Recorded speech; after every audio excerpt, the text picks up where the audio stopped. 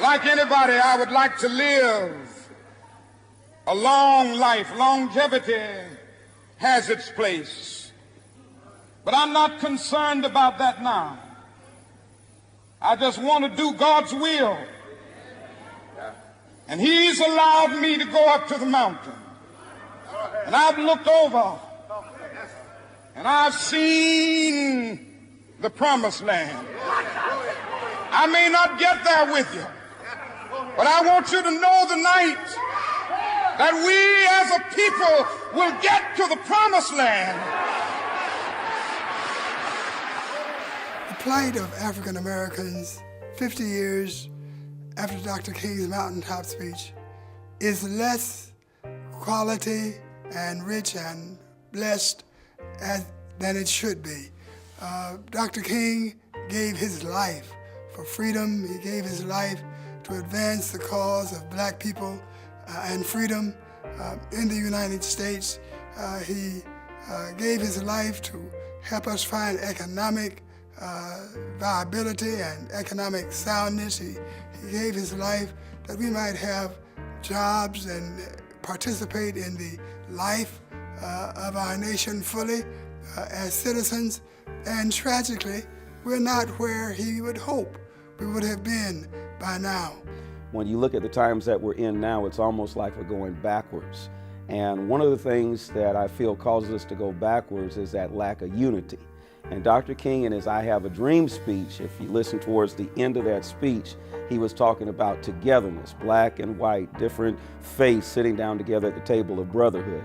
And so I believe that that message is yet relevant in the time that we're in right now, because when you look at our nation, when you look at us as a people, this is a time now that we're more divided probably now than ever before. So he definitely is yet, even after he's passed away, a driving force as far as civil rights, social justice, and as far as the African American community. Not only that, but also those that are in poverty. We have a responsibility to our people to let them know that we are sensitive to what's going on and that we're going to do our part to make change, to ignite change, to propel change. The Church of God in Christ has a phenomenal initiative under the leadership of our presiding Bishop Charles Edward Blake. It's called the Urban Initiative Program, and he has sounded the board to all the churches of the Church of God in Christ across this country to start these programs, whether it's family, financial literacy, crime prevention. Bishop Blake has challenged us to get out of the four walls of our church. So we are hitting the cutting edge, and it is because of the work of what Martin Luther King has done. And we look at 50 years later. I'm not 50 years old. I am only 35 years old, but I have been a huge recipient in my lifetime as of right now of these initiatives that the Church of God in Christ has started under the leadership of Bishop Charles Edward Blake. When we found purpose, when we found meaning, we found something worth fighting for, something to aspire to, something to work toward.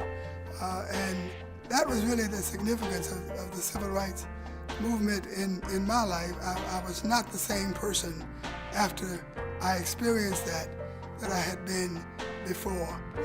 And I began to say, if Martin Luther King can make a difference, then my life can make a difference. If he can die for this, then at least I should be able to live for it and commit my life to something worthwhile and something good. And I think that might be the significant deprivation in the lives of so many people today. They don't have a purpose. They don't understand that their life has meaning and they should pursue good and justice and freedom. And if they will try, their life can impact the world for good. And so I would say to anybody, make sure you find a meaningful purpose. Make sure the world is richer for the fact that you lived in it. Leave the world with something that will make a difference in people's lives. Give yourself to it.